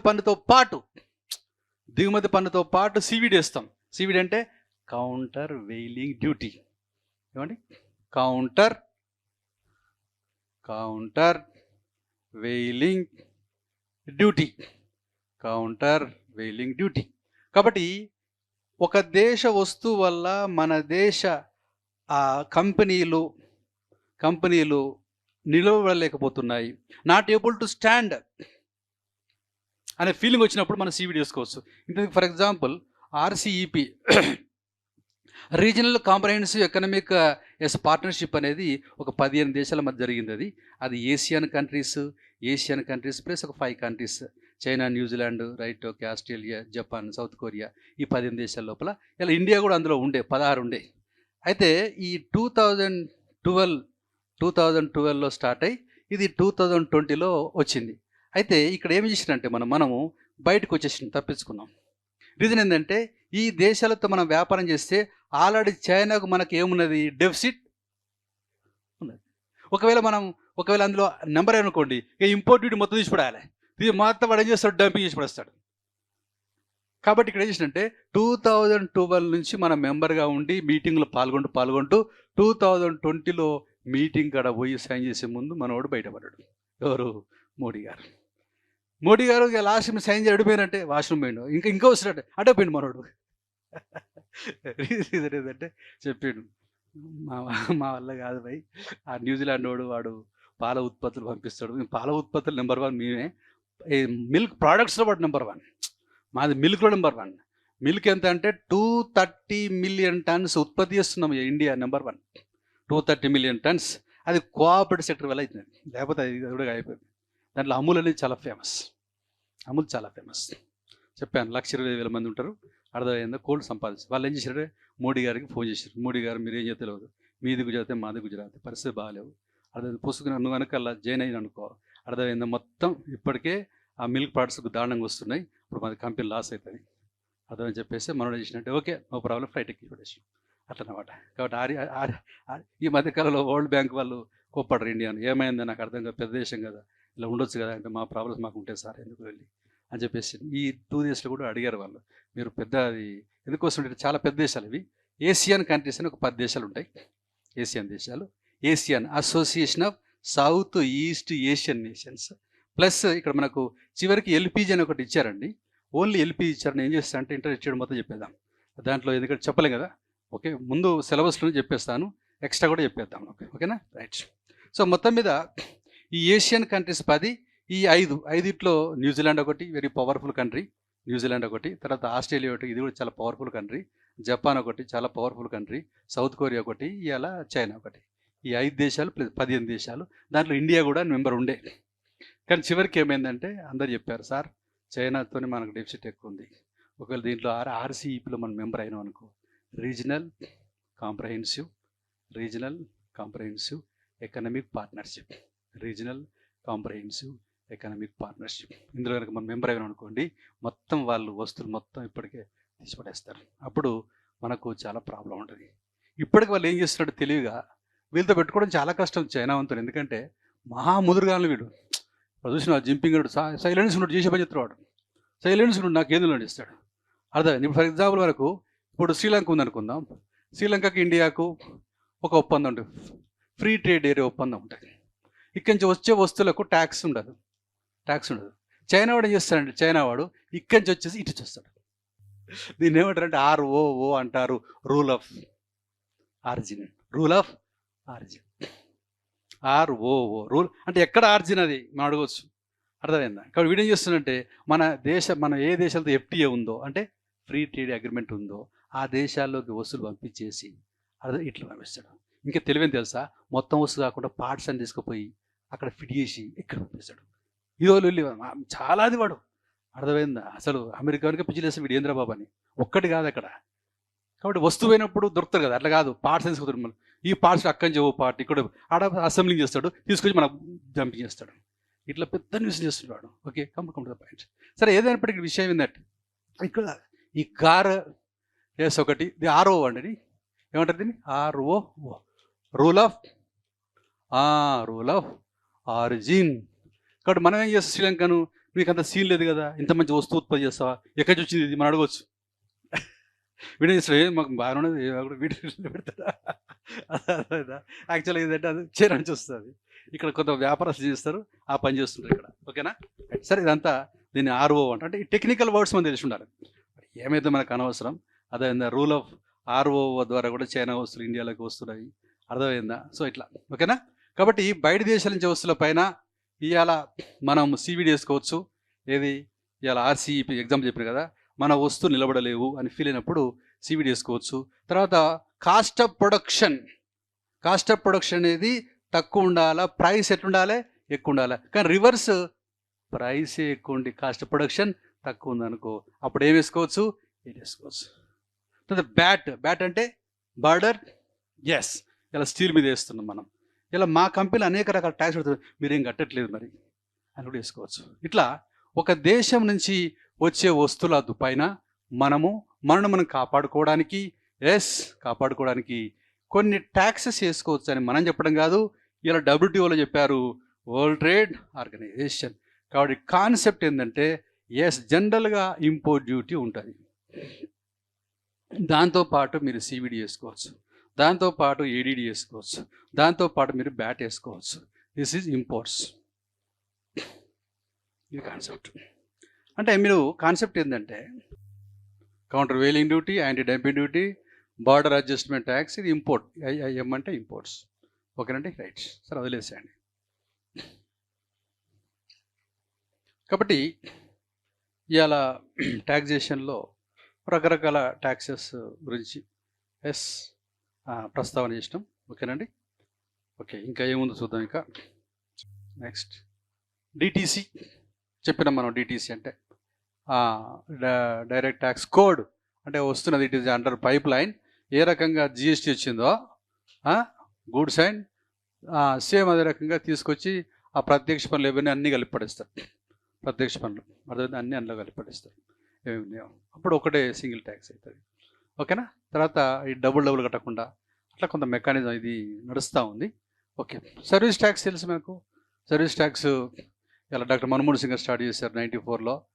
2017లో కలిసిపోయింది, అది జిఎస్టీ కలిసిపోయింది సర్వీస్ ట్యాక్స్ అంటే. ఎందుకంటే మాకు తెలుసు ఎకానమీలో సేవలు వెరీ ఇంపార్టెంట్ కాబట్టి 1947 నుంచి 19 ఎప్పటివరకు అండి 1994 వరకు మనకు గూడ్స్ పైన ట్యాక్స్ ఉంది. అర్థమైందా? 94 నుంచి 2017 వరకు గూడ్స్ అండ్ సర్వీస్ ట్యాక్స్.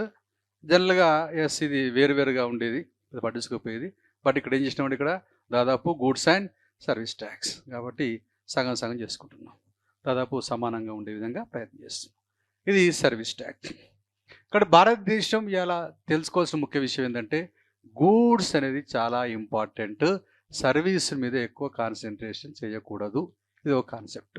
తర్వాత ఫార్మల్ ఎకానమీ వెరీ ఇంపార్టెంట్, సంఘటిత ఆర్థిక వ్యవస్థ వెరీ ఇంపార్టెంట్. తర్వాత మైక్రో స్మాల్ మీడియం ఎంటర్ప్రైజెస్ ఇక్కడ వెరీ ఇంపార్టెంట్. అర్థమైందా? సో తర్వాత gross sown area, gross irrigated area సమానంగా ప్రయత్నం చేయాలి. కాబట్టి స్థూల సాగు బడి ఈజ్ ఈక్వెస్ట్ స్థూల సాగు భూమి చేయాలి. తర్వాత డెమోగ్రాఫిక్ డివిడెండ్ను మనం ఉపయోగించుకోవాలా, యూత్ను ఉపయోగించుకోవాలా. కాబట్టి ఇక్కడ మనకు ప్రొడక్షన్తో పాటు జాబ్ కూడా ఇక్కడ వచ్చే విధంగా మనము ప్రయత్నం చేసుకోవాలి. ఇట్లా మనకు చాలా రీఫార్మ్స్ చేసుకోవచ్చు. అట్లాంటప్పుడే వస్తుంది దేశం.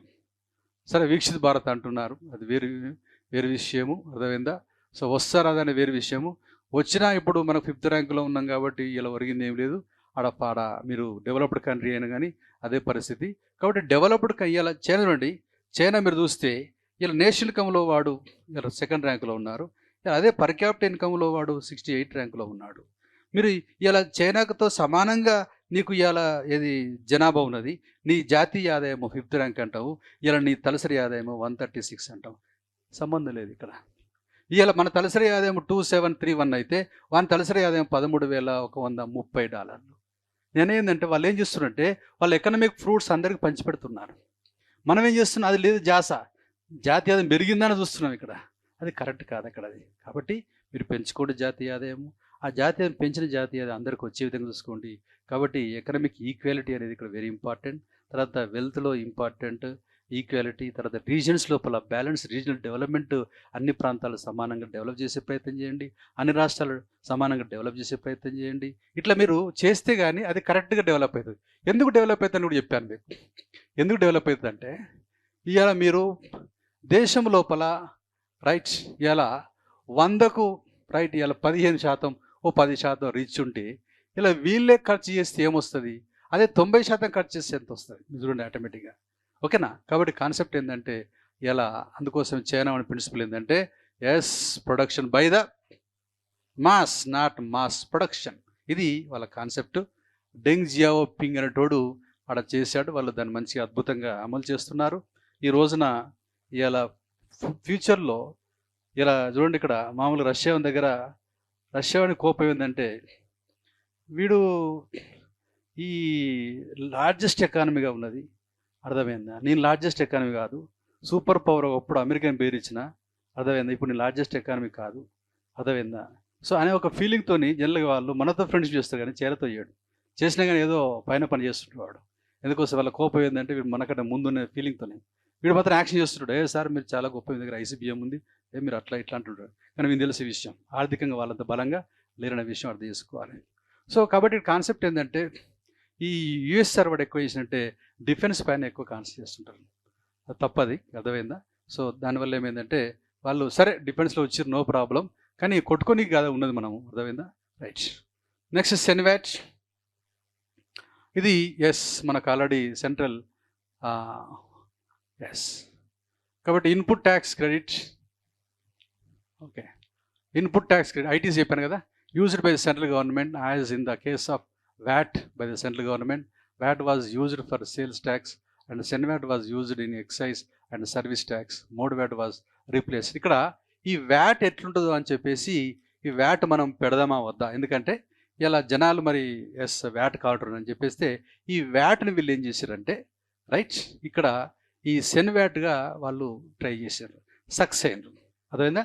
కాబట్టి దేశంలో వ్యాట్ పెడదామా వద్దా అని ఆలోచన వచ్చినప్పుడు మనం షాంపిల్ కోసం ట్రై చేద్దాం అని చెప్పేసి ఈ వ్యాట్ను ఎందులో సేల్స్ ట్యాక్స్లో తర్వాత నెక్స్ట్ ఎక్సైజ్లో ఉపయోగించారు. దాన్ని సెన్వాట్ అని మనం అన్నాం, సెంట్రల్ వాల్యూ యాడెడ్ ట్యాక్స్. ఓకేనండి. సో అయితే అంతకంటే దాని పేరు ఏంటంటే mode VAT, modified value added tax. దీన్ని జాగారు ఎల్కే జాగారు స్టార్ట్ చేశారు. ఓకేనండి, రైట్. సో ఇప్పుడు దీనికి తేడా ఏంటంటే ఇది స్టార్ట్ చేసిన ఎల్కే జాగారు ఇది ఏం చేసిందంటే ఫర్ ఎగ్జాంపుల్ ఇక్కడ 4 దశల్లో వస్తుంది. ముడి పదార్థం వస్తుంది, ఓకేనా, ప్రొడక్షన్లో వస్తుంది, ఓకేనా, తర్వాత హోల్సేల్లో వస్తుంది, తర్వాత రిటైల్లో వస్తుంది. ఇట్లా అనుకుందాం, ఓకేనా, ఓ 4 దశలు చివరికి కొనేటరకు వస్తుంది అనుకుందాం. ఇక్కడ ఈ ఏం చేసిందంటే వాల్యూ అనేది యాడ్ అవుతుంటుంది. గోధుమలు, గోధుమ పిండి, గోధుమ రొట్టె ఇట్లా కదా యాడ్ అవుతుంది వాల్యూ యాడ్ ట్యాక్స్. ఓకేనా. అయితే జాగారు ఏమన్నారంటే ఏమండి ఇట్లా మనం ప్రతిసారి కలిపేది 4% అనుకోండి, ఈ 4% మొత్తం 20% మొత్తం దేశంలో ఈ ప్రతి వస్తువు ఎక్కడనో చూసి దాని ట్యాక్స్ వసూలు చేసి దాన్ని యాడ్ చేస్తే యంత్రాంగం మన లేదు, మనది ఇన్ఫార్మల్ ఎకానమీ. కాబట్టి ఓవరాల్గా 60 చేసి పడేయండి. ఏం చేయండి? 60 చేసి పడేయండి, అంతే. అర్థమైందా? కాబట్టి ఇక్కడ దశకు మీరు లెక్కించే యంత్రాంగం మీ దగ్గర లేదు. కాబట్టి మోడ్ వ్యాట్ ఏంటంటే మోడిఫైడ్ వాల్యూ యాడెడ్ ట్యాక్స్. ఓవరాల్గా 60% వేయండి బాస్, అంతేగాని ముడి పదార్థం ఇంత, వస్తు ఉత్పత్తి ఇంత, హోల్సేల్ కాడ ఇంత, ఇది యాడ్ అనేది లేదని చెప్పేసి ఎవరు చెప్పారు? మిస్టర్ ఎల్కే జాగార్. కాబట్టి వ్యాట్ను ఇలా మోడ్ వ్యాట్ పేరుతో పిలిచినవాడు మిస్టర్ ఎవరు? ఎల్కే జా. దీంట్లో ఉన్న లాజిక్ ఏంటంటే ప్రతి దశకు ఎంత యాడ్ అయిందనే మెకానిజం మన దగ్గర లేదు. ఓకేనా? Why? Because Indian economy is the informal economy, not formal economy. So we are not able to right compute okay the tax level in each stage. That's better to follow one lump sum tax, that is 16%. Suggested by Mr. LK Jha, that is named as mode VAT. దీన్ని కేంద్ర ప్రభుత్వం వాళ్ళు వేద్దామా లేదా అని sample కోసము వ్యాట్ను ఉపయోగించుకున్నారు. దాని పేరు సెన్ వ్యాట్. ఓకేనా? కాబట్టి ఇక్కడ కాన్సెప్ట్ ఏంటంటే ఇక్కడ లంసమ్ అమౌంట్ వేయండి 16%, దీని పేరు మోడ్ వ్యాట్. ఇది కరెక్టా కాదా, దీనివల్ల ఇన్కమ్ వస్తుందా, పెరుగుతుందా, తగ్గుతుందా అని శాంపిల్ కోసం టెస్ట్ చేసిన వారు సెంట్రల్ గవర్నమెంట్. దీన్ని ఏమంటారండి? సెన్ వ్యాట్. ఆ తర్వాత ఏమొచ్చిందంటే వ్యాట్ వచ్చింది, తర్వాత ఏమొచ్చిందంటే జిఎస్టీ వచ్చింది. ఇట్లా దాని మోడిఫికేషన్లో మనకు వస్తుంది. ఫస్ట్ మోడ్ వ్యాట్ పేరు వచ్చింది, తర్వాత ఏమొచ్చింది? సెన్ వ్యాట్ వచ్చింది, తర్వాత ఏమొచ్చింది? వ్యాట్ వచ్చింది, తర్వాత ఏమొచ్చింది? జిఎస్టీ వచ్చింది. ఇట్లా జస్ట్ మనకు ఐడియా ఉండాలి ఎస్ రాసేటప్పుడు. కాబట్టి దీనికి వెరీ స్టార్టింగ్లో కాబట్టి మోడ్ వ్యాట్ అంటే మోడిఫైడ్ వాల్యూ యాడెడ్ ట్యాక్స్. ఎందుకోసం అంటే మనకు స్టేజ్ చెప్పాను మీకు, వెరీ స్టార్టింగ్లో చెప్పాను. ఒక వస్తువు డైరెక్ట్గా మన దగ్గర రాదు, అర్థమైందా? ఫస్ట్ అది ఇప్పుడు షర్ట్ వేసుకుని అనుకోండి, ఇది మామూలు పత్తి ఉంటుంది, ఆ పత్తి నుంచి దారం వస్తుంది, దారం నుంచి బట్ట వస్తుంది, బట్టిన తర్వాత మళ్ళీ అది రెడీమేడ్గా ఆర్ఎంజీ రెడీమేడ్ గార్మెంట్ అవుతుంది, అప్పుడు మనం వేసుకుంటాం. ఇవన్నీ యాడ్ అవుతుంటుంది. ఓకేనా? ఈ ప్రతి దశలో ఎంత యాడ్ అయింది తెలుసుకునే కష్టమవుతుంది. కాబట్టి లంసమ్ ఎంతో కొంత చేసేయండి, ఇంక్లూడింగ్ ఆల్ ట్యాక్సెస్. అంతే లెక్కబెట్టకు. ఇప్పుడు మీరు చూడండి, ఏదైనా వస్తు వస్తే ఇంక్లూడింగ్ ఆల్ ట్యాక్స్ అండి, అంతేగాని ముడి పదార్థం మీద ఇంత అని లెక్క పెట్టాడు. లెక్క పెట్టిన ఫర్ ఎగ్జాంపుల్ ఆడ పెద్ద గొడవ, సైకో వాడు వస్తాడు, ఇట్లెందుకు అయింది అని ఒక 10 మంది ఆకిన అనుకోండి, షాప్ క్లోజ్ చేసుకోవాల్సిందే. కాబట్టి ఏం చెప్తాడు కింద, మీరు ఏ వస్తువు అండి ఇంక్లూడింగ్ ఆల్ ట్యాక్సెస్ 15-20 చెప్తాడు. కానీ దీన్ని మోడ్ వ్యాట్ అంటారు. మోడ్ వ్యాట్ అంటే మోడిఫైడ్ వాల్యూ యాడెడ్ ట్యాక్సెస్. అక్కడ దశ లేదు అనే కాన్సెప్ట్. దీన్ని ఈ వ్యాట్ మంచిదా కాదని టెస్ట్ చేసిన వాడు సెంట్రల్ గవర్నమెంట్, దాని పేరు సెన్ వ్యాట్. ఓకే అన్న తర్వాత వ్యాట్ వేశారు. ఏ సంవత్సరంలో? 2014 5లో ఆ వ్యాట్ సక్సెస్ అయిన తర్వాత వ్యాట్ని చేసారు, జిఎస్టీ చేసారు. This is modification. మీరు మామూలు రాష్ట్రప్పుడు ఏం చేస్తారంటే ఇదంతా స్టోరీ అంత అవసరం లేదు. జిఎస్టీ కంటే ముందు మోడ్ వ్యాట్ ఉండే, మోడ్ వ్యాట్ నుంచి సెన్ వ్యాట్ అయింది, సెన్ వ్యాట్ నుంచి వ్యాట్ అయింది, జిఎస్టీ ఒక లైన్. ఎందుకంటే కరెక్షన్ చేసే వాళ్ళకి ఐడియా వస్తుంది, కరెక్షన్ చేసే వాళ్ళకి ఏంటంటే ఐడియా వస్తుంది, ఓహో నీకు బ్యాక్గ్రౌండ్ ఉందని చెప్పేసి వాళ్ళు చెప్పేస్తుంటారు. ఎందుకంటే ఈ పదాల సంగతి వాళ్ళకు మనకు తెలిసి ఉంటుంది, ఇక్కడ మనకు తెలిసి ఉంటుంది, అంతేగాని మనం మళ్ళీ అక్కడ ఎక్స్ప్రెస్ చేయకూడదు. ఓకేనా, రైట్. సరే వదిలేసేయండి.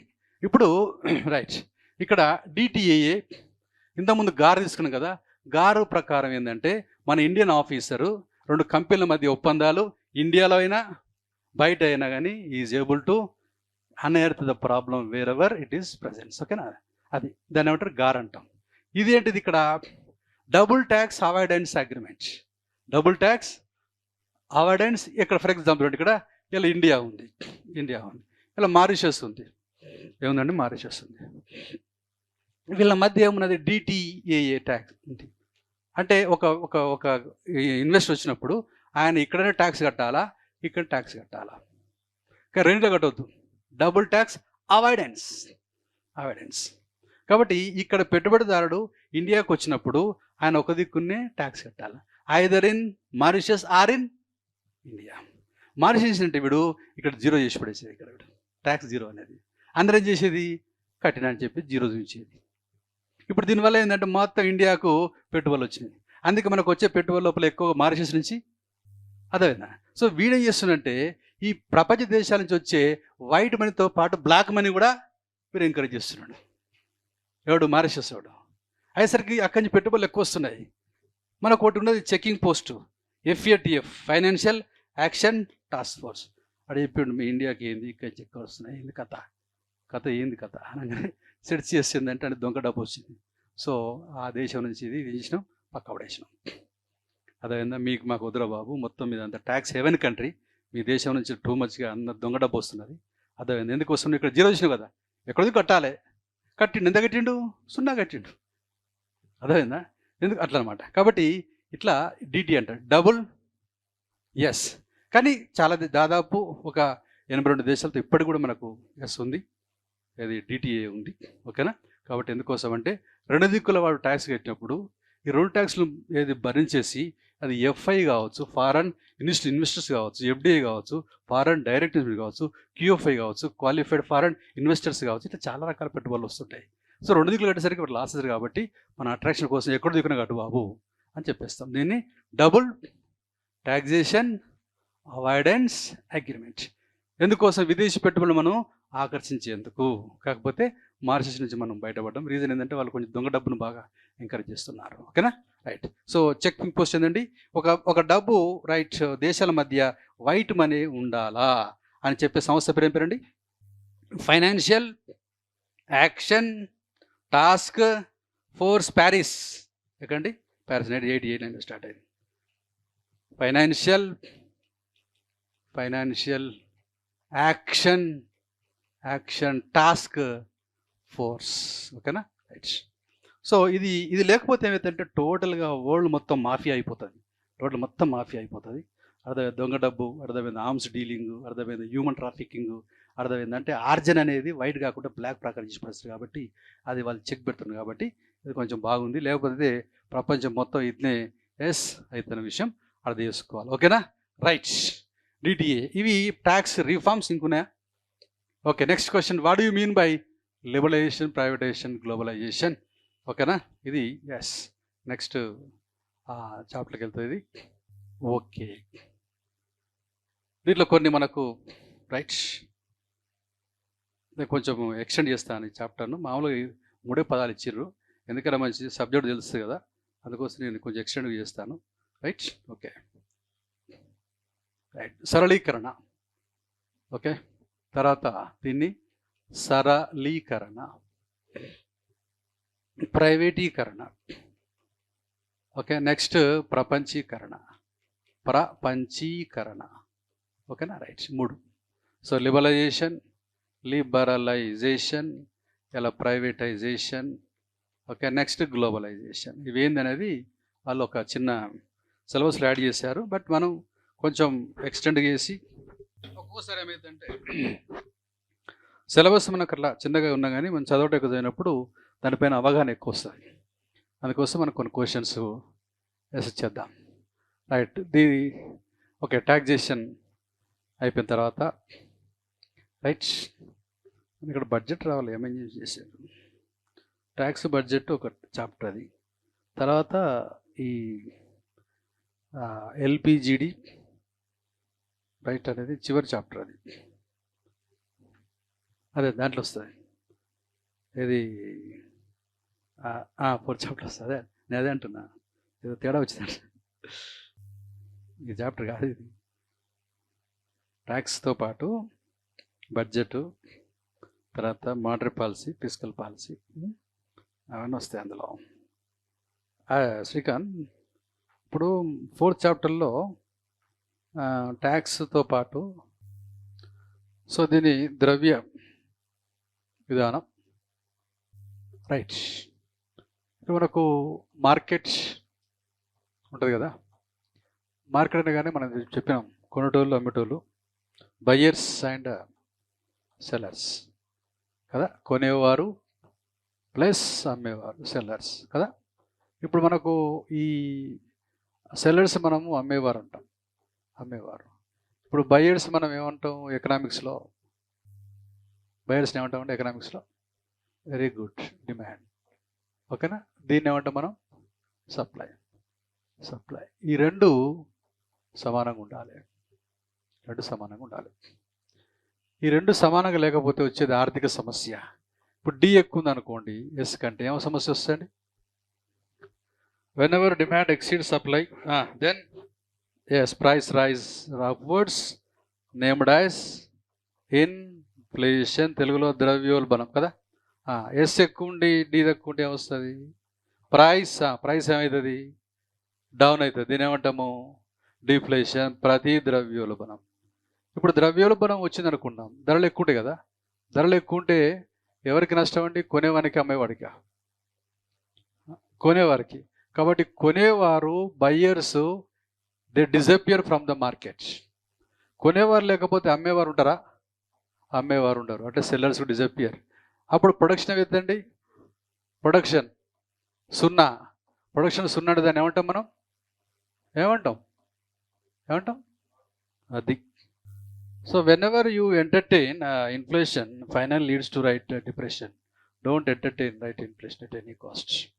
కాబట్టి మనం ద్రవ్యోల్బణమే కదా అనుకుంటాం, చివరికి అది పరిశాన్ చేసి పడేస్తుంది. రివర్స్ కూడా ఎట్లయితే, రివర్స్ ఏంటిది, ఇప్పుడు రివర్స్ ఏదైనా ఇక్కడ డిఫ్లేషన్ అంటే ఏమైతే ధర తగ్గుతుంది, ఇక్కడ ధర తగ్గుతుంది, ఓకేనా. ధర తగ్గినప్పుడు ఎవరికి నష్టం అవుతుంది, అమ్మేవాడు బయటికి వెళ్ళిపోతాడు, అమ్మేడు పోతే కొనేవాడుడా ఉండడు, ఆడు బయటికి వెళ్తాడు. నెక్స్ట్ ఉత్పత్తి ఏమవుతుంది, సున్నా అంటే ఏమవుతుంది, డిప్రెషన్. ఇప్పుడు దీన్ని బట్టి మనకి ఏమర్థమైంది, either inflation or deflation final leads to depression. అంటే మాంద్యంలో ఏం జరుగుతుంది, ఉత్పత్తి 0, ఉత్పత్తి 0, ఉపాధి 0, దాన్ని డిప్రెషన్ అంటారు.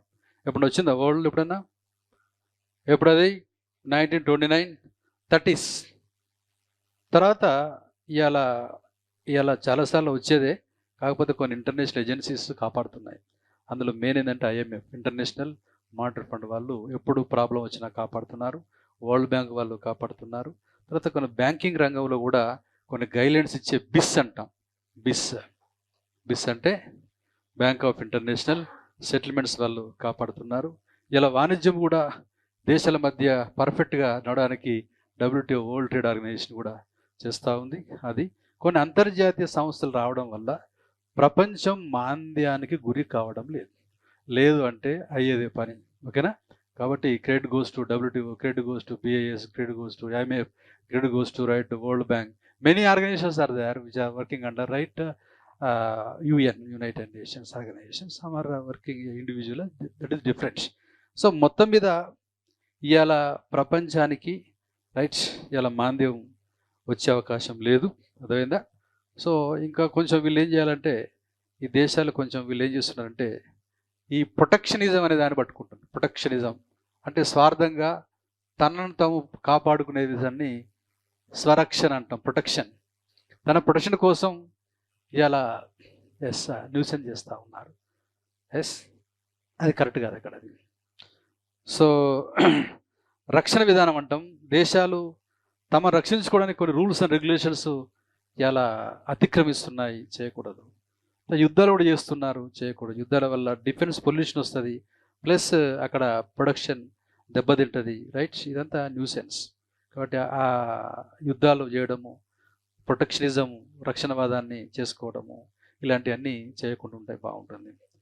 ఓకే, ట్రంప్ గారు ఉన్నప్పుడు ఆయన గడకోసారి జింపింగ్ను బాగా తిట్టేది, అదేవిందా? ఎందుకంటే ఈ జింపింగ్ అంటే ఏం చేసిందంటే ఈ ఎక్స్పోర్ట్స్ వాళ్ళను బాగా ఎంకరేజ్ చేసేది. ఎస్, కాబట్టి ఎక్స్పోర్ట్ చేసేవాడిని బాగా ఉత్పత్తి చేసేవారు, చేసి ఎక్స్పోర్ట్ చేసేవారు. ఓకేనండి, ఎక్స్పోర్ట్ చేసేవారు. ఈ ఎక్స్పోర్టర్స్కి జనరల్గా మనకు కరెన్సీ వాల్యూను కావాలని తగ్గిస్తుండేవాడు ఎవడు? చైనా. కరెన్సీ వాల్యూను తగ్గించేది. ఎవరి కోసం తగ్గించేది? ఎక్స్పోర్టర్స్ కోసం తగ్గించేది. ఫర్ ఎగ్జాంపుల్ ఇక్కడ చెప్తాను నేను. ఇలా 2023 తీసుకుందాం, ఓకేనా? ఇలా ఎక్స్పోర్టర్, ఇంపోర్టర్, ఓకేనా?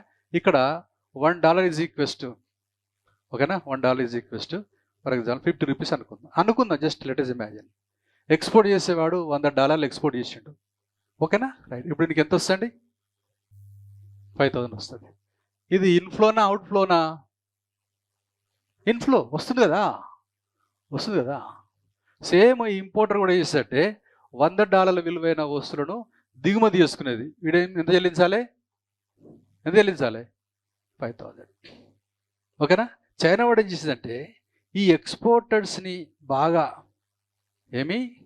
ఎంకరేజ్ చేయడానికి ఈ 2024లో, అంటే ఎగ్జాంపుల్ చెప్తాను నేను, $1 ఈజ్ ఈక్వెస్ట్ ఒక 80 రూపాయలు చేసేది, అదేనా?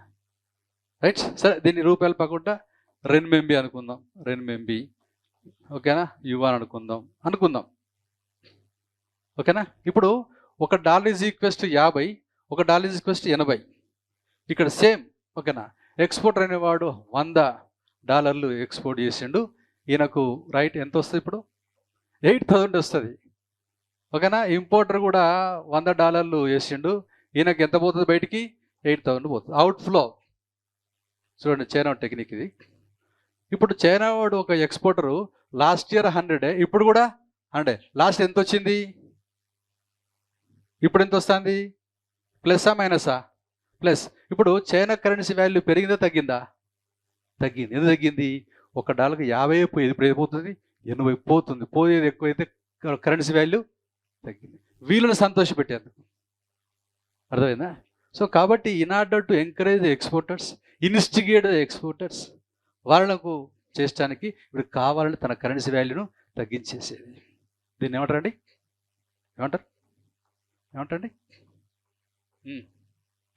Currency manipulation. ఏమంటండి? అర్థమైందా? Currency manipulation.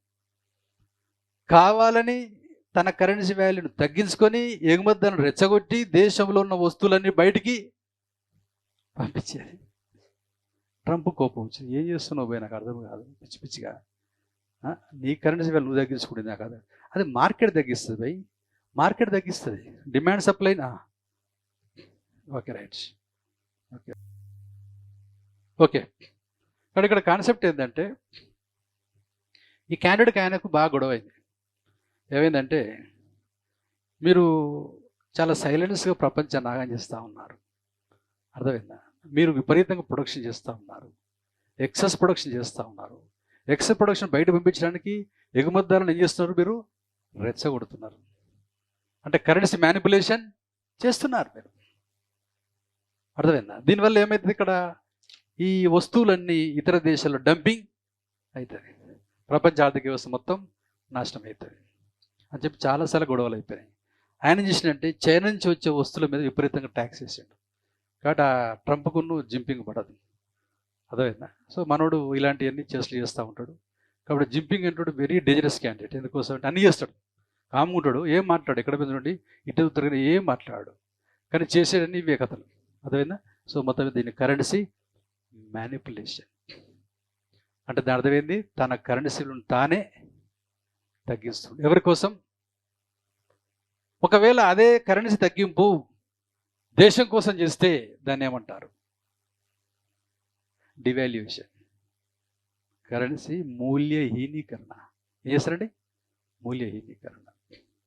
అంటే మన కాన్సెప్ట్ ఏంటంటే ఇక్కడ ఆ దాంట్లో చూడగానే తెలవాలా, ఇలా కరెన్సీ అంటే ధర, ప్రైస్ తగ్గింది, ఎగుమతిదారుల కోసం తగ్గింది, కరెన్సీ మ్యానిపులేషన్. దేశం కోసం తగ్గింది, కరెన్సీ డివాల్యుయేషన్. తెలుగులో మూల్యహీనీకరణ. ఇక్కడ ఫర్ ఎగ్జాంపుల్ ఇది మనకు ఇండియాలో ఇది అర్థమైంది ఎందుకు currency manipulation. Yes, okay, right. సరే, ఇది కరెన్సీ వాల్యూ, ఈ ప్రైస్కు కరెన్సీ వాల్యూకు సంబంధం కూడా చెప్పాను, మీకు ఐడియా ఉండొచ్చు. ప్రైస్ ధర తగ్గితే కరెన్సీ వాల్యూ పెరుగుతుందని, ప్రైస్ పెరిగితే కరెన్సీ వాల్యూ తగ్గుతుందని కూడా మీకు ఎక్స్ప్లెయిన్ చేశాను గతంలో. ఎస్, అది ఎక్స్ప్లెయిన్ చేసినప్పుడు మిస్టర్ గుస్తావో కస్సెల్ చెప్పాను మీకు. వస్తువు ధర తగ్గితే కరెన్సీ వాల్యూ పెరుగుతుంది, ధర పెరిగితే currency value relation inverse explain చేసినప్పుడు మిస్టర్ గుస్తావో కస్సెల్ చెప్పారు మీకు గతంలో, రైట్? ఓకే, ఇప్పుడు మనకు కాన్సెప్ట్ ఏంటంటే 1947లో, 1991లో, 2024లో ఇలా దీన్ని విదేశీ మారక నిల్వలు, ఫారిన్ ఎక్స్చేంజ్ రిజర్వ్స్ వచ్చేసి $2.5 బిలియన్. ఇక్కడ వచ్చేసి $1.2 బిలియన్. ఇక్కడ వచ్చే దాదాపు $650 బిలియన్. ఇక్కడ ఈ ఎఫ్ఈఆర్ ఉంది కదా, ఫారిన్ ఎక్స్చేంజ్ రిజర్వ్స్, ఇవి చెప్పాను మీకు 6 నెలల దిగుమతికి సరిపోని ఉండాలి. అప్పుడు వారం రోజులకే ఉండే. కాబట్టి ఇండియా ఫర్ ఎగ్జాంపుల్ ఇలా ఎక్స్పోర్ట్ చేసింది, ఒక 100 కోట్లు ఎక్స్పోర్ట్ చేసింది, ఓకేనా? 100 కోట్లు ఎక్స్పోర్ట్ చేసింది. కానీ ఇంపోర్ట్ చేసుకున్నది ఎంత? చేసుకున్నది 1000 కోట్లు ఇంపోర్ట్ చేసుకున్నది. ఎంత బాకీ పడ్డాం? 900 crores బాకీ పడ్డాం. 900 crores ఎవరు బాకీ పడ్డాం? బయట దేశాలకు. వాడు ఏం చేస్తాడు? ఫోన్ చేస్తాడు, ఏమైంది ఇండియా 900 కోట్లు ఇవ్వాలి, కనీసం ఫోన్ కూడా ఇవ్వబోతుంది. లేదు సార్, ఫోన్ చేద్దానికి డెడ్ అయింది సార్, లేకపోతే ఇప్పుడు చేస్తాను నేను. పిచ్చి పిచ్చి మాట్లాడకు, అర్థమైందా? నువ్వు జోకులు కాదు, 900 కోట్లు ఇవ్వాలి నాకు. నేను అడుగుతున్న జోక్ చేస్తాను, అతను ఎట్లా పడుతుంది కంటికి. నువ్వు వారం రోజులు ఇవ్వాలి, నాకు ఏం చేస్తుంది రాదు. నువ్వు జోక్ చేసినావు కాబట్టి బర్త్డే తొలుతుండి నువ్వు జోక్ చేస్తున్నావు. వీక్ డేస్లో నా 900 కోట్లు నువ్వు ఇవ్వాలి, రూపాయలు కాదు, డాలర్స్. ఇప్పుడు ఏం చేస్తున్నాడు మనవాడు, రైట్? ఒకవేళ కనుక వీని డబ్బులు ఇవ్వకపోతే ఇది ఇంటర్నేషనల్ ఇష్యూ అవుతుంది. అప్పుడు నీ దేశానికి పెట్టుబడులు రావు, అర్థమైందా? అది ఎప్పుడైనా గుడ్ విల్ వెరీ ఇంపార్టెంట్ మనిషికి, దేశానికైనా. సో వీడేం చేస్తాడంటే ఇక్కడ తన వస్తువులను ఇతర దేశ ఇంటర్నేషనల్ మార్కెట్లోకి పంపిస్తాడు. ఇది ఇంటర్నేషనల్ మార్కెట్లో ఇది ఇండియా వస్తువు. దీనికి ఎంత చెల్లించిండు? ఒక 100 రూపాయలు పెట్టండి ఫిక్స్. ఎవరు కొనట్లేదు, nobody is buying, but they are calling frequently. ఏమైంది ఇండియా? సార్ పంపించిన సార్, ఇంటర్నేషనల్ మార్కెట్ పంపించిన, ఎవరు కొనట్లేదు. ఇంతవరకు ఫోన్ డెడ్ అయిందన్నావు, ఇప్పుడు ఏదో పంపించిన అంటాను. జోకులొద్దు. వీడియో చేస్తాడు, లాభం ఇంత అని చెప్పేసి ఈ 100 రూపాయలు తీసుకుపోయి 20 రూపాయలు చేస్తాడు. ధర ఏమైంది? అప్పుడేం జనాలు కొంటారు, ఆ డబ్బు తీసుకొచ్చి బాగెట్టేది. దీన్ని డివాల్యుయేషన్ అంటారు. whenever a country lessens its currency value in international market, not a domestic market, in order to promote its exports, to right pacify the foreigners. విదేశస్తులను మనం బుజ్జగించడానికి మనం ఏం చేస్తామంటే కావాలని ధర తగ్గిస్తాం. ఇవాళ ఇది 4 సార్లు చేసినప్పుడు వరకు. ఎన్నిసార్లు చేసినాం? 4 సార్లు చేసినాం. 91లో 2 times చేసినాం, 66 చేసినాం, 40 చేసినాం. కాబట్టి డివాల్యుయేషన్ 1949 చేసినాం, ఓకే, 1966 చేసినాం, 1991 2 times, July 1st, July 3rd. ఇక్కడ డివాల్యుయేషన్ ఏంటండి? ఒక దేశం తన కరెన్సీ వాల్యూను కావాలని దేశం కోసం తగ్గిస్తే డివాల్యుయేషన్, ఎగుమతిదారుల కోసం తగ్గిస్తే కరెన్సీ మ్యానిపులేషన్, తగ్గింపు. ఒకవేళ దేశం కోసం కాకుండా, ఎగుమతిదారుల కోసం కాకుండా ఇలా బీదల కోసం తగ్గించింది. ఇలా మీకు 50 రూపీస్ రైస్, బట్ 1 రూపీకి ఇస్తున్నాం, ధర ఏం చేసినావు? తగ్గించినావు. ఇది కూడా అంతే కదా, తగ్గించడం లేదా? బట్ ఆ సర్కమ్స్టాన్సెస్ వేరుంటాయి, అక్కడ డిఫరెంట్. దీన్ని సప్రెస్డ్ ఇన్ఫ్లేషన్ అంటారు. సప్రెస్డ్ ఇన్ఫ్లేషన్ అంటే అణిచివేయబడ్డ ద్రవ్యోల్బణం. పాయింట్ మీకు అర్థమైందా? అట్లా అంటే ఇక్కడ మనకు గుర్తుపెట్టుకోవాలి, ఎకానమీ అంతా వొకాబులరీతో సంబంధం ఉంటుంది కాబట్టి ఈ గ్రూప్ వల్ల ఏంటంటే పిండి కొద్దురు అంటే ఎవడికి ఈ లాంగ్వేజ్ ఎక్కువ వేస్తే వాడు ఊపొచ్చు. ఎందుకంటే కరెక్ట్ చేసేవాడు చాలా మేధావి కాబట్టి ఈ పదాలన్నిటి చూసుకుంటే మనం ఈజీగా వాళ్ళను మ్యానిపులేట్ చేసి పడేయచ్చు. అదంటే ప్రాబ్లం లేదు. కానీ నీకు తెలిసి ఉండాలి ఇక్కడ ప్రైస్ చూడండి, ఇక్కడ ప్రైస్ అనేది ఎక్స్పోర్టర్ కోసం చేస్తే కరెన్సీ మ్యానిపులేషన్, ఇలా కంట్రీ కోసం చేస్తే డి వాల్యుయేషన్, ఇవాళ పూర్ కోసం చేస్తే ఇవాళ సప్రెస్డ్ ఇన్ఫ్లేషన్, మొత్తం మీద ప్రైస్ డౌన్. సో అంటే నేను అనేందంటే మనకు ఈ అయిపోయిందని 3 సందర్భాల్లో ఈ పదాలు క్షణాల్లో చెప్పాలా, దాన్ని గుర్తు చేసుకున్నాడు అర్థమైందా, అలర్ట్ చేయకూడదు, దాన్ని స్పాంటేనియస్గా మనం చేసుకోవాలి ఇక్కడ. ఓకేనా, రైట్. కాబట్టి ప్రైస్ అనేది తగ్గుదల ఇన్ని రకాలుగా వేస్తుంటుంది. ఇక్కడ జనరల్గా మనకు ప్రైస్ తగ్గితే ప్రతి ద్రవ్యోల్బణం అంటాం. ఏమంటాం? ప్రతి ద్రవ్యోల్బణం. ఇది ముదిరితే వచ్చేది ఏంటిది? మాంద్యం. ఏంటది? మాంద్యం. కాబట్టి ధర తగ్గొద్దు, ధర పెరగొద్దు. ఓకేనా. కాబట్టి ధర నిర్ణయించేది ఎవరండి? Who decides the price? Yes, market. మన market constitutes buyers and sellers. Buyers and sellers. Point మీకు అర్థమైందా?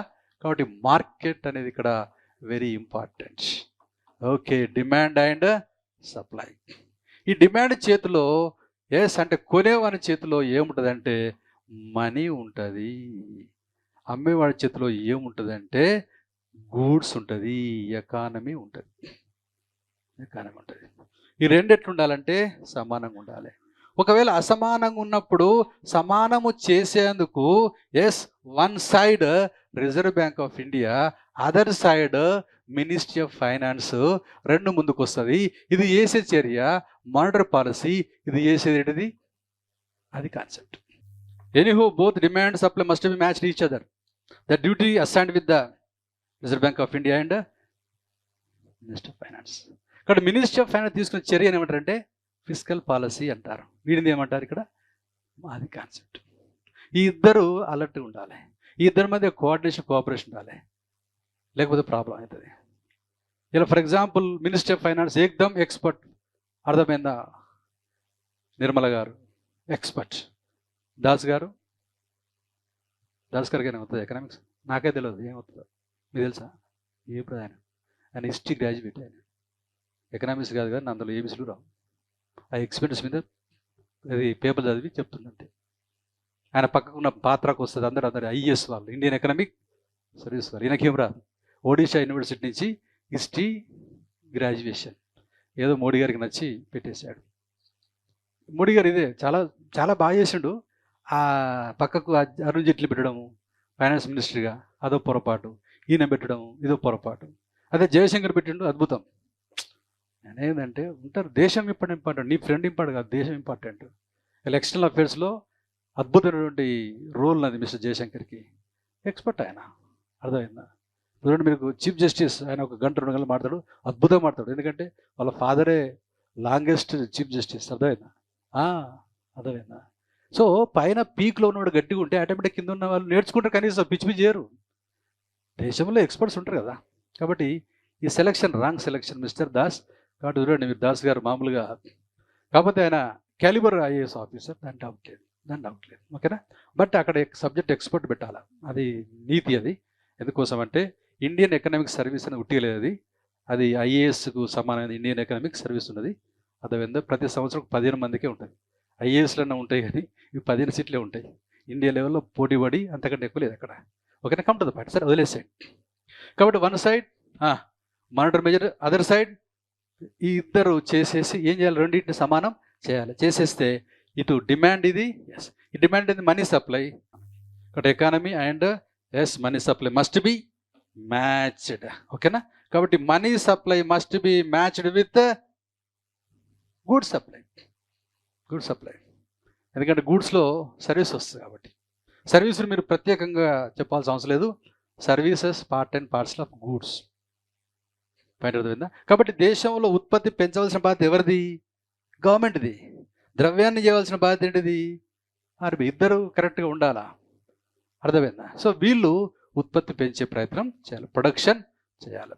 ఈ ప్రొడక్షన్ పెంచుతామంటే మనీ ఏం చేయాలి? ఇప్పుడు చెప్పాను, మనకు దాదాపు 300 lakh crores మనకి ఇలా ఇది జాతీయ ఆదాయం ఉన్నది.